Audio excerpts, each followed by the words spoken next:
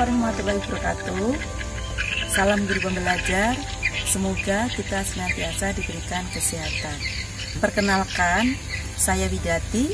Saya berasal dari Desa Manunggal-Daya, Kecamatan 10, Kabupaten Kutai Kartanegara, Kalimantan Timur. Saya mengajar di SMA Negeri 2 10. Pada kesempatan kali ini saya ingin berbagi pengalaman mengenai BIMTEK yang saya ikuti, yaitu BIMTEK Guru Belajar Seri Assessment Kriteria Minimum SMA dan SMK. Program AKM ini diselenggarakan oleh Direktorat Jenderal Guru dan Tenaga Kependidikan, Kementerian Pendidikan dan Kebudayaan Republik Indonesia. Saya terdaftar sebagai angkatan yang ke-11 yang diselenggarakan pada tanggal 23 sampai tanggal 27 Februari 2021.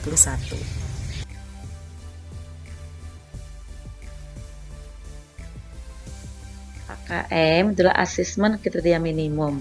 AKM adalah upaya untuk mendapatkan data, informasi dari proses dan hasil pembelajaran untuk mengetahui seberapa baik kinerja siswa terhadap capaian pembelajaran.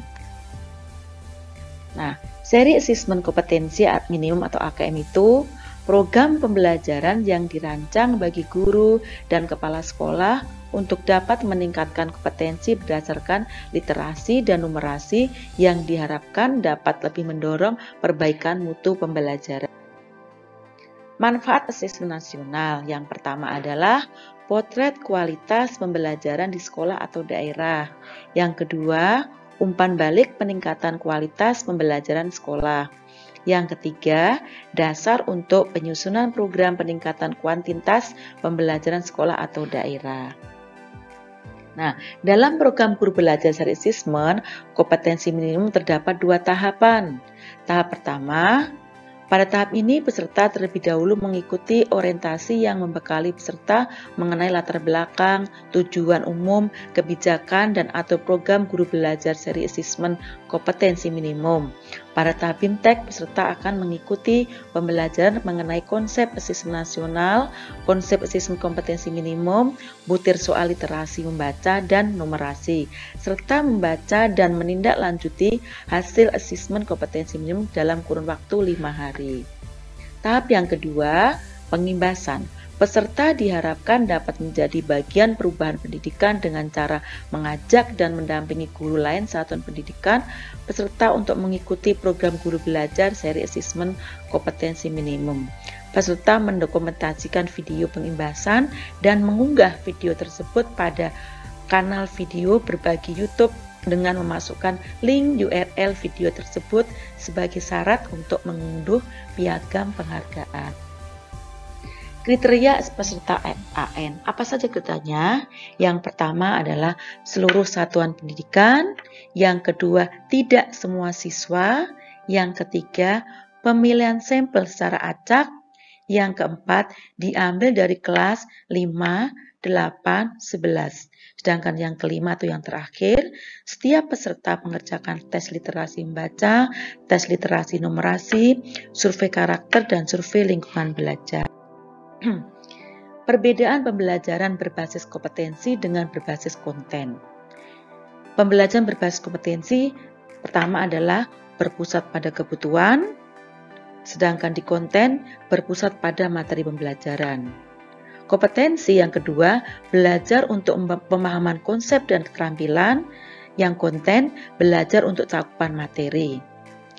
Yang ketiga di kompetensi, menunjukkan kinerja dengan menerapkan konsep. Yang ketiga di konten, menjawab serangkaian pertanyaan tes berdasarkan topik. Yang keempat di kompetensi, pembelajaran terkait dengan konteks kehidupan nyata siswa. Yang keempat di konten, pembelajaran kurang tidak terkait dengan konteks nyata kehidupan siswa. Sedangkan yang terakhir di kompetensi, orientasi pada proses dan penguasaan kompetensi, sedangkan di konten, orientasi pada nilai akhir. Nah, bagaimana sih cara mengikuti kegiatan BIMTEK AKM ini? Yang pertama kita buka Google Chrome. Kemudian kita klik SIMPKD. Nah, itu akan muncul. Kemudian kita klik yang di portal layanan program P3 Kemendikbud. Kita lihat layar itu ada beberapa tampilan, kemudian kita yang masuk di guru belajar. Setelah itu akan muncul akun kita. Di situ ada tampilan layar juga, kita bisa pilih. Nah, kita pilih yang Assessment Kompetensi Minimum. Kita klik. Ya. Karena saya sudah selesai mengikuti tahap pertama, maka tidak akan muncul. Selanjutnya di situ di program BIMTEK ini akan ada beberapa tahapan dan semuanya itu harus kita ikuti. Ya. Yang pertama itu nanti ada kita pretest dulu. Soalnya ada 30. Itu ada PG dan juga ada pernyataan benar atau salah. Setelah selesai itu ada tahapan-tahapan yang harus kita ikuti. Dan semua tahapan itu juga harus kita selesaikan. Karena kalau setiap tahap itu ada yang kosong, kita tidak akan bisa maju ke tahap selanjutnya. Ada banyak materi di situ, dan juga setiap materi itu ada soal-soal yang harus kita ikuti. Yang terakhir adalah kita mengikuti namanya post test. Di post test itu juga ada soal 30. Nah, setelah kita selesai post test itu ada sampai kita 100%. Jika kita sudah 100% berarti sudah dianggap tuntas. Demikianlah yang bisa saya sampaikan. Semoga bermanfaat. Salam guru pembelajar dan guru-guru hebat di Indonesia. Wassalamualaikum warahmatullahi wabarakatuh.